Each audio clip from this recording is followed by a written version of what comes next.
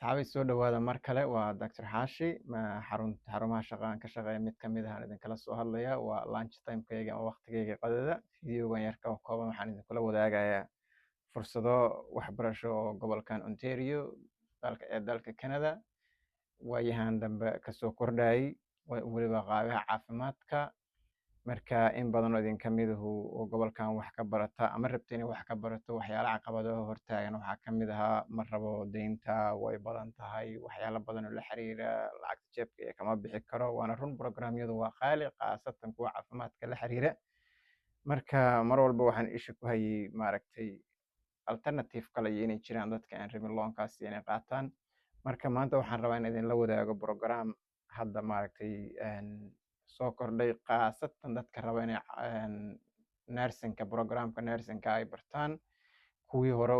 maaragtay ugu shaqey jiray PSW ama personal support workers u shaqey jiray programyo waxaa soo baxay bridge program la yiraahdo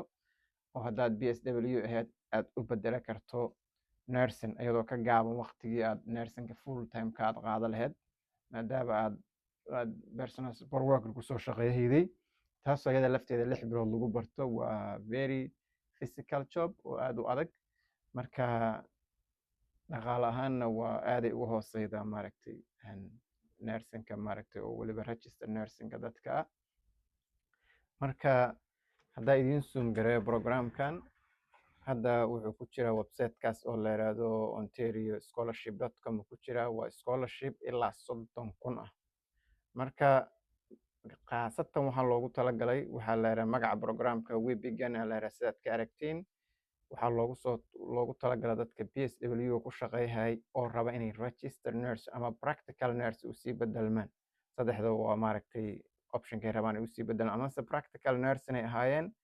oo nursingka 2 sano marka waxay rabaan in midka 4 sano u bedeshaan ayagoo already 2 sano iyo khibrad haysta kan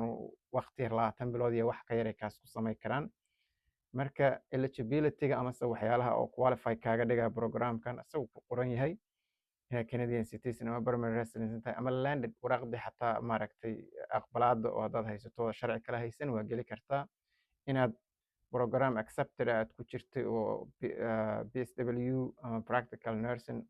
aad ahayd aadna rabto inaad kor usii dalaacdo register nurse saddexdaas program mid ka mid a willing to work hospital iyo primary care long term care home care waxaasoo dhan inta badan dadka nursingka isbitaalay ka shaqeeyaan laakiin xataa haddaad home care ka shaqeeyaydo kolley waxaa la socda laga yaabaa contract in 1 year gobolkaas ka shaqeeya waxaas in lagu yiraahdaa waa laga yaabaa laakiin hadda anagu intaan u jeedno willing to work hospitals iyo community center meelo badan fundingku per year maximum 15,000 so programku hadduu 2 sano yahay macnaheeda waxaa waaye up to 6,000 per year maximum 15,000 waa school fee so inta badan nursingku ma qaato 30,000 ma qaatay wax u dhow midna maahan laakiin waxa waaye waxaa laga yaabaa buugaagtii iyo fiigii iyo waxyaalahaas iyo dadka qaar inay kiradii iyo maaragtay ka bixiyaan hadduu qofku shaqeeyahayn kolley waa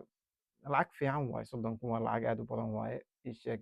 tuition waxaa laga yaabaa inay isku dardar 2 sano inay uga baxdo wax ka yar 15,000 inta kalena waxaa laga yaabaa waa hadduu programka qofku qualify u noqdo marka wallaahi waa fursad maaragtay aad u wanaagsan waaye waa in adoon deyn dhan lagugu lahaa inaad college dhan ama jaamacaddan ka qalin jabi karto oo programka weliba hadduu yahay programkii aad rabtay ama se aad rabtay inaad nursing noqoto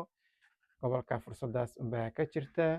websitekaas unbaad ka arki kartiin ontarioscholarship.com haddaad gasho waa arki kartiin dabadeedna how to apply iyo halkaasaad kasii gelaya maybe phone number iyo inaad aragto marka phone numberkii markaad hoos ku aragtaa la wacaa programkan maxaa waaye criteriagiisa iyo double check with them marka waa mahadsantihiin soo dhawaada mar kale iyo videogaas gaaban aan rabay inaan idinla sheer garayo isla socod wanaagsan